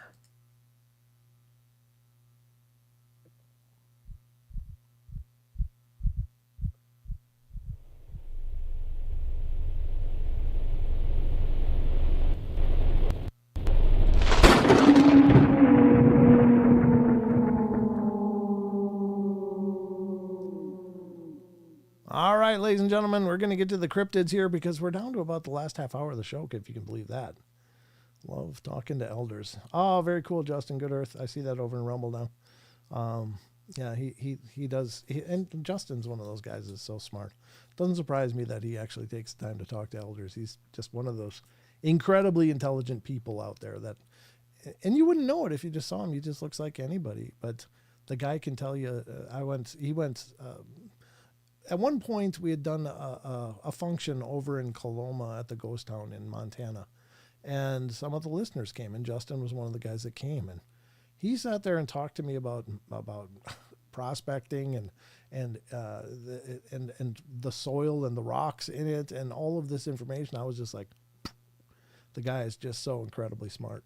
So one of those people, and everybody knows someone like Justin. It's just like that one friend that you got that can just tell you about anything all day long. It's like, oh my God, how does this person know so much? So that's Justin Good Earth, folks. If you get a chance to ever meet Justin, you'll know what I'm saying. All right. Well, this is the Cryptid Corner, ladies and gentlemen, where we dive into reports about cryptozoology. Sometimes it's Bigfoot, sometimes it's Dogman, sometimes it's other creatures and manifestations that seem to be pretty creepy. So we're going to dive into those now. We're going to start the journey on phantomsandmonsters.com. This is another site I can't praise enough. This is Lon Strickler's site. He's a great friend. He's appeared on the show several times, and geology nerd, he says. Geology, that's the word I was looking for. I couldn't remember the word. See, that's how much our difference in intelligence is. But Lon's been at this for decades. He does an incredible job. And if you ever want to read encounter stories of a whole host of ranges, whether it's UFOs, ghosts, cryptids, whatever, it's over there on Phantoms and Monsters. And he's updating it several times every day. There's just literally like half a dozen new articles every day that Lon's putting up. He's just a machine. And then he does his own podcast as well, Phantoms and Monsters Radio, which you can find on YouTube. Just look for Phantoms and Monsters Radio. And he live streams every Friday night, so tune in and check him out. He comes on at about 6 Pacific, so I guess adjust that for your time zone, and you can catch Lon live. And it's a great show. So here it is. Witness believes, let me pull it up so you guys can see it. Witness believes she encountered werewolves along the Little Kanawha River in West Virginia. This is from February 22nd, so it is a today-old article. So special thanks to Lon for letting us peruse his cornucopia of incredible encounter stories. Here it is. A Western Virginia woman states that she had encountered 2 werewolves near her property along West Virginia 5 in the Little Kanawha River. A very harrowing incident. I received the following account. One night in the summer of 2022, I was out along the road that goes past my house, and we're in a pretty rural area here along West Virginia 5, which parallels the Little Kanawha River from Elizabeth to Grantsville. But the animals here are always the same. Until the late 1990s, the state DNR let coyotes loose, and in the early 1980s, wild turkeys. And now they're releasing wild elk. Oh, wow, they're reintroducing elk. Okay. About that. Did you really? I never heard about that. Okay. Yet there are no sightings of these creatures, and I have heard black panthers and even seen 2 kittens dead. At my friend's house, her dad had chased and treed the kittens, but the mother got away. And to this day, West Virginia DNR refuses to state that black panthers exist in West Virginia. That's a strange phenomenon. I don't know why they're always trying to put the kibosh on that. If they're out there, say they're out there. Well, that night I saw something. Oh, go ahead, Tex. Sorry. No, go ahead. Okay. That night I saw something that I never thought I would have seen. 2 huge wolves that were bigger than anything I had seen before. I know people who own wolves, and I've been around them. When they left on vacation, I even fed their pet wolves, so I know how big they can get. But these were no regular wolves. They were twice as big as me, and they gave this eerie feeling. They walked off the hillside and came out on the foggy mist, and their eyes had this glow of yellow, even before I turned on my phone's flashlight on them. And yes, I had my phone in hand. Why no pictures? Because I was scared stiff, and was just able to look and see these 2 wolves, with one being smaller than the other. Both were very skinny, hippie, or one could say bony, gray with black color markings around their eyes and ears. Both, it says brown down their backs and a gray bushy tail. Tail as long as my leg. The heads were way bigger than my own. Glowing yellow eyes looking right at me. Slowly walking past me, both moving together and moving their heads when needed to keep me in view. And then they crossed the road and disappeared into the riverbank. Well, across the river on the hillside were coyotes barking and yapping. And that was until those 2 wolves crossed the river to their side. Dead quiet then. No noise at all. No bugs, no birds, no coyotes. And when my heart started again, I ran as fast as my legs could carry me. No wolves here in West Virginia, not here, that haven't been brought here as pets.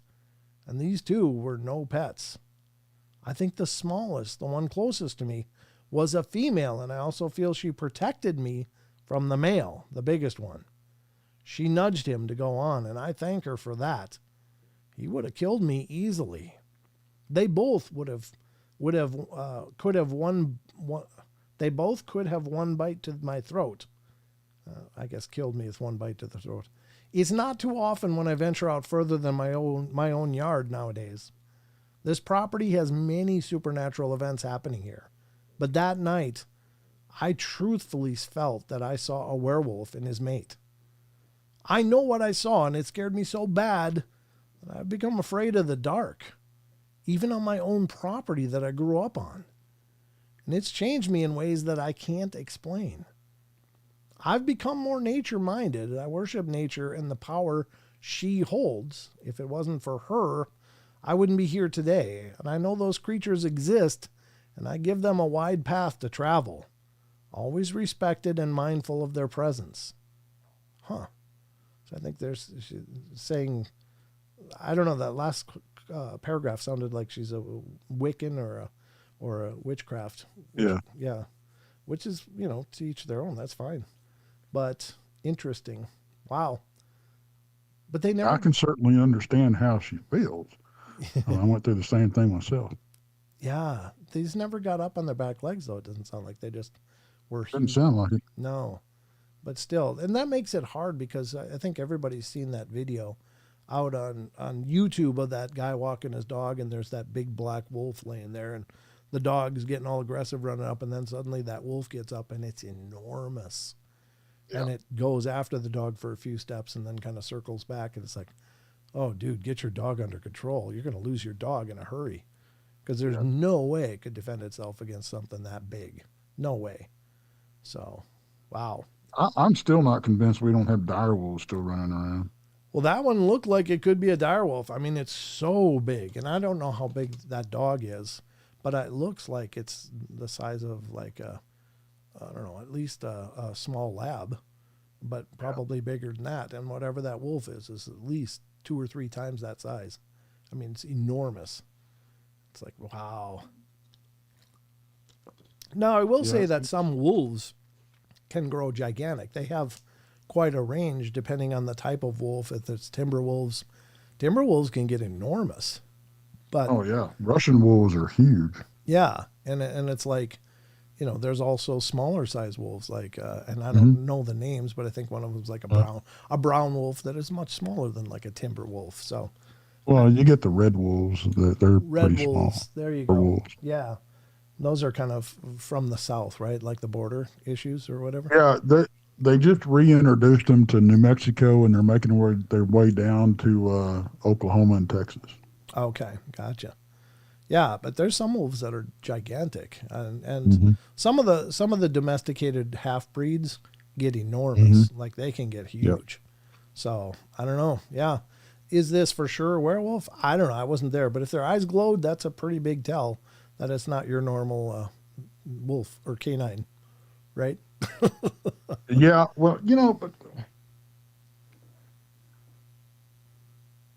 I think so many people misidentify with glowing eyes with reflection, eye shine. Yeah.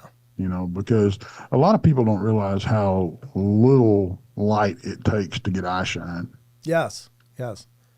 Like even, for instance, just a week ago, I was walking out of the studio into the living room, and my black cat Anubis was laying there, and it was in the evening. So I had the light on, but very dimly in the room here in the studio.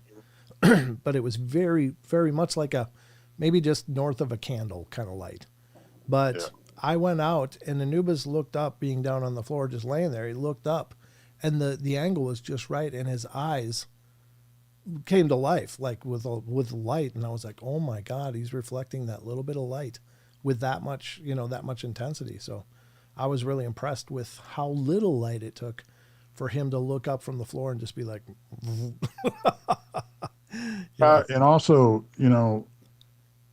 people talk about different color eyes and stuff like that. Depending, and you can do this experiment at home, folks, with your cat or your dog, whatever. The angle of the light that's hitting it, the type of light you're using, that can change. That can change, the reflection of, the eye shine.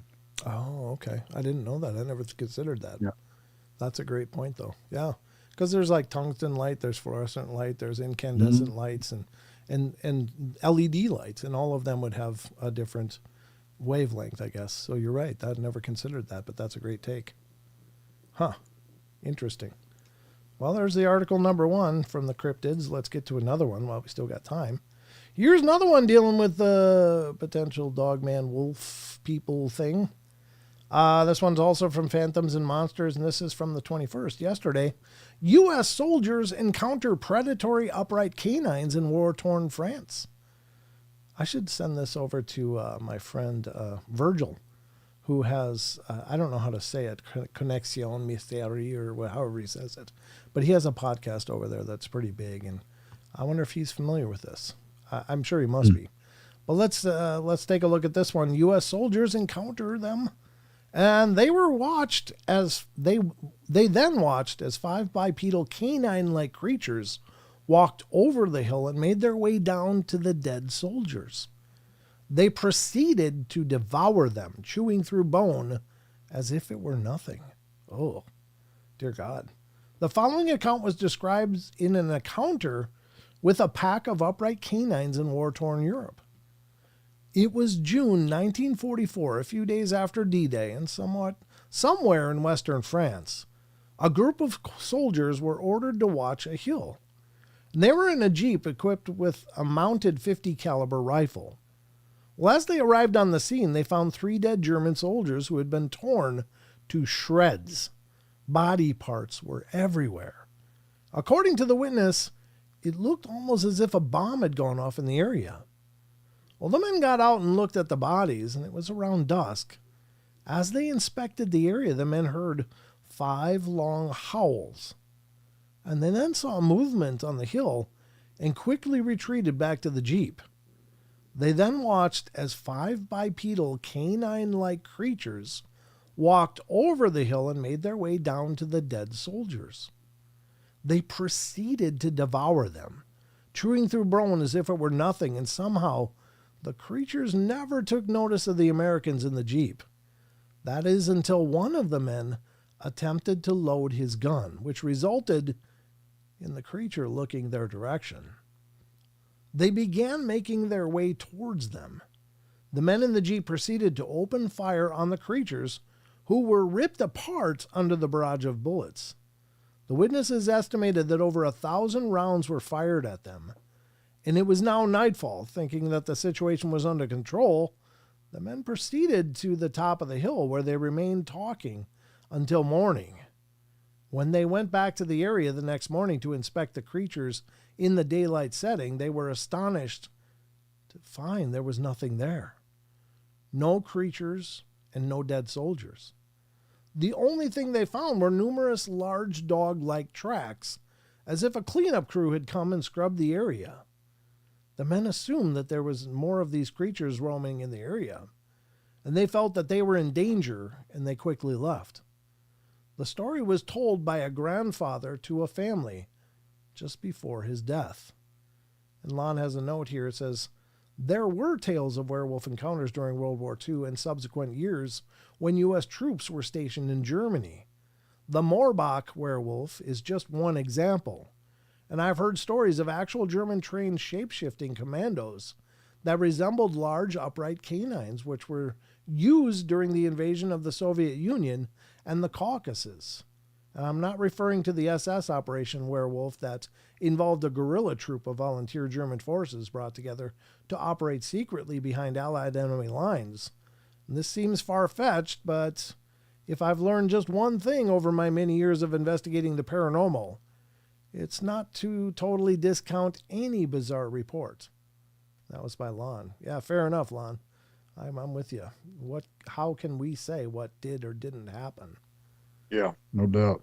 Have you ever heard of I read a these? book one time. Yeah, go ahead. I can't remember what the name of it was, but it was a great book. It was about it was World War II, and it was about a spy, but he was a werewolf. Oh, wow. Okay. And he was sent on a mission to retrieve a case, an attaché case that was, handcuffed to somebody. So he runs across a battlefield as a wolf, bites the guy's hand off, grabs the case, and runs back across the enemy lines. This is a work of fiction, right? Supposedly, yeah. Okay. Well, that's good. I mean, what a fascinating use of, it'd be, I kind of like the idea of these things being out there, being intelligent enough to assist, in those kind of things. Yeah. But I don't know if they are indeed out there, and I think they are. I don't think they probably draw lines, but maybe they do. Maybe those were French werewolves, and they were like pissed at the Germans. So Maybe. I mean, these legends were all over Europe of these strange people suffering from lycanthropy. Yep. The whole werewolf condition. That perhaps they were some form of skinwalker, or perhaps that, of course, the cynocephaly, the old dog soldiers from antiquity were from that realm as well. I don't think they're necessarily from France, but they were from the old world. That people, saw these ferocious dog-like soldiers that were almost unstoppable.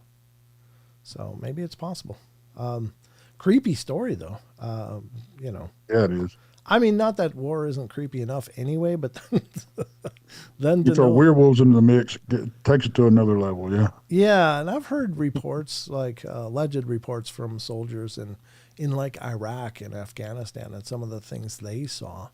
And some of those stories are absolutely terrifying if what they saw is really what was written down.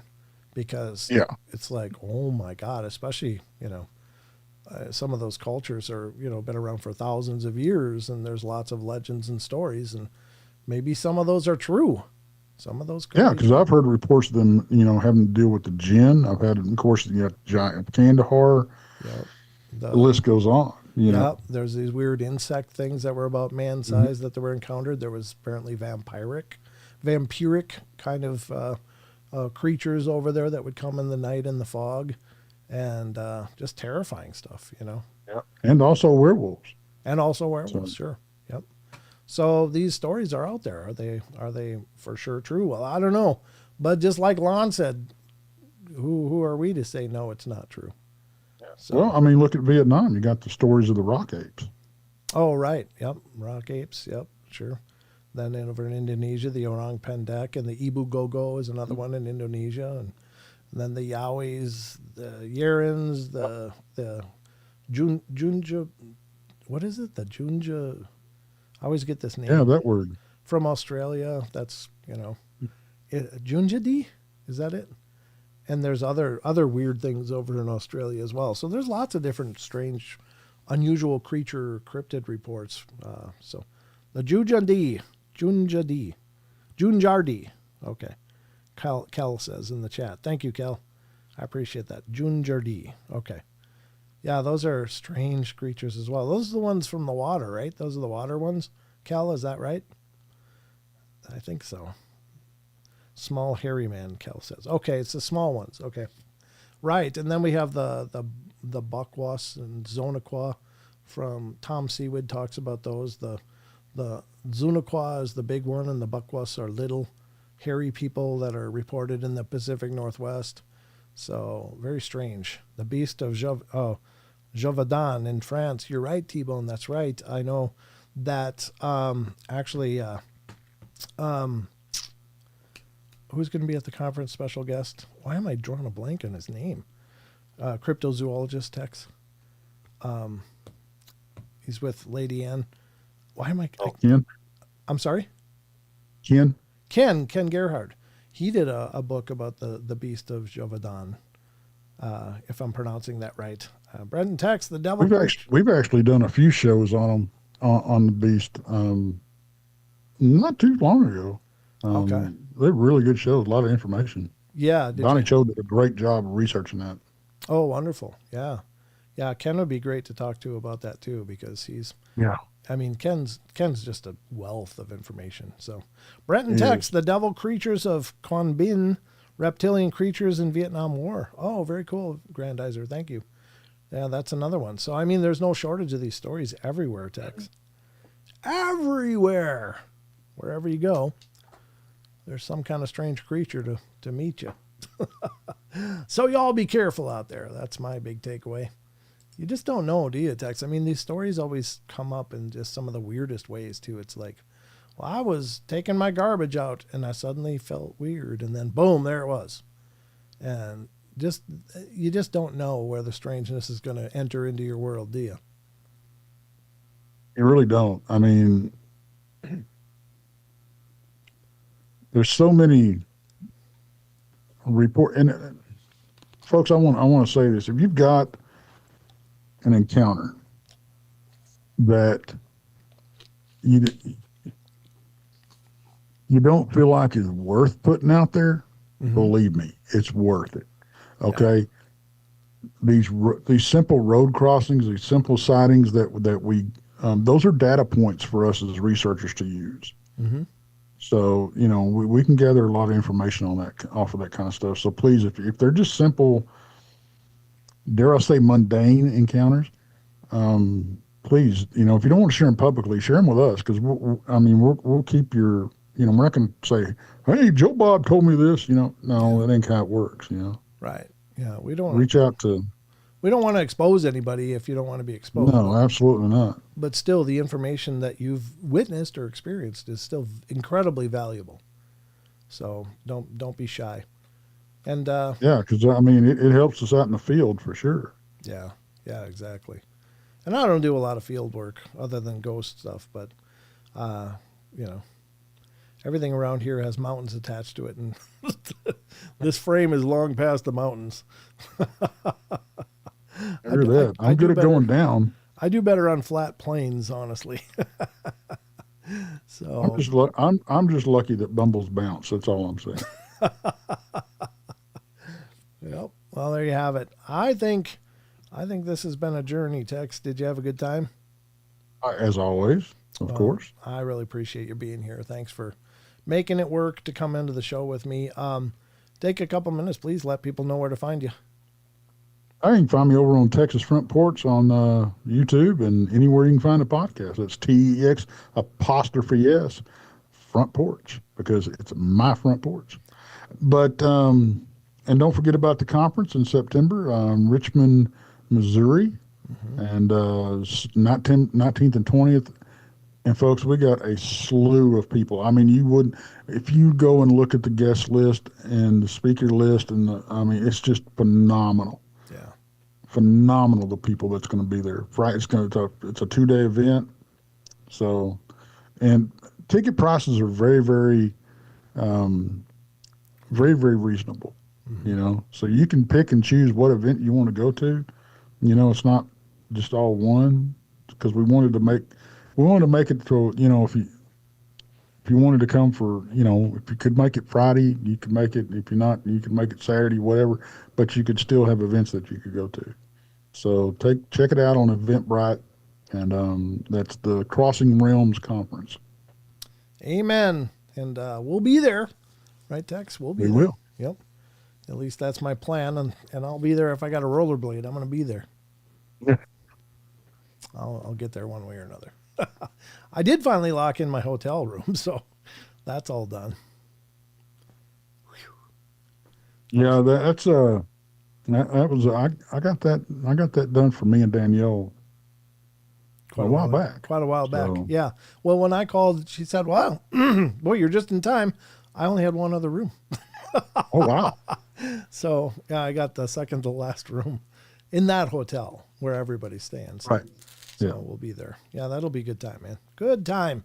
But ladies and gentlemen, that's going to wrap it up. Again, this is the last live stream of the Paranormal Portal until the weekend of the 7th. I think I'll be live again on the 7th. So I'm going to be out of town for the next week and part of the next week after that. So I'll be back as soon as I can, and I'll be excited to bring you back into the portal. So until then, just remember, if you need a portal fix and you're like, oh, I wish there was a portal to watch, well, just know that there are 1,700 episodes of the Paranormal Portal on my YouTube video on demand. So if you're needing to check out a portal, by God, just do it. You can go all the way back in that Wayback Machine and check out the first shows that I ever did, which were in 2017. And my God, they're largely train wrecks. And they're kind of fun to go My back. early ones are too. They're kind of fun to go back and look at now. It's like, God, really? That's what Embarrassing. I really didn't know what the hell I was doing. I still don't know what I'm doing, but at least I have more fun doing it. But yeah, there's literally 1,700 episodes on the YouTube video on demand. Hell, there's a bunch on Rumble now. It's growing all the time when we do these live streams. So you can check them out there if there's episodes you missed. So yeah, there's lots to check out. And there's always the podcast, folks. The podcast is available on every platform that you can think of where you can get podcasts. If you've got a smartphone, they all come with a podcast button right on there. Just click that button and type in the Paranormal Portal and you'll find my stuff. Oh, there was one other thing. I found another show that's called Paranormal Portal, and it's from out of the UK. I don't know if any of you guys are over in the UK. There's no affiliation to me. I have no idea who these guys are. I'm really not thrilled that they're using the name. They're on season number 2, I guess now, of their podcast. But I just found them and I was like, oh no. So I'm gonna have to address that. Unfortunately, this name is trademarked, but it's trademarked in the U.S. So I don't know. Yep. I don't know what leverage I have to ask them to change it. I hope that they will. But I certainly don't need to deal with any other issues right now. But just so if you see Paranormal Portal UK, that has nothing to do with me. I don't know who those guys are. I mean, I wish them the best, but I wish they wouldn't use Paranormal Portal to do it. So anyway, just so you guys know. But that's it for me. That's it for Tex. And for both of us, we wish you all a wonderful night. Remember, we love y'all. Be good, be kind, be nice. Take care of each other. Help each other out. Find the magic in every day and remember to laugh as much as you can. I love you all. And I'll miss you, but maybe I'll go live if I get a chance. We'll see. I might do some impromptu streams, so if you are not subscribed, please get subscribed. And mostly for the YouTube, because I can't multi-stream when I'm not here in the studio. So if I do impromptu live stream, it'll be on YouTube. My apologies. I wish I could multi-stream to everyone, but I can't do it mobily that I know of. If I figure that out, I'll be happy to stream on all the platforms. But you never know when I'm going to go live, so ring the notification bell so you get notified in case I do. Just saying, it's possible. Not saying it's going to happen, but I'm not saying it's not going to happen. So get subscribed, get notifications all set up, and maybe we'll see you soon. But until then, just take care of yourselves, guys. I'll be back on the weekend of the 7th, and we'll start our journey back into the portal then. So until then, guys, be good. We'll see ya. See you later.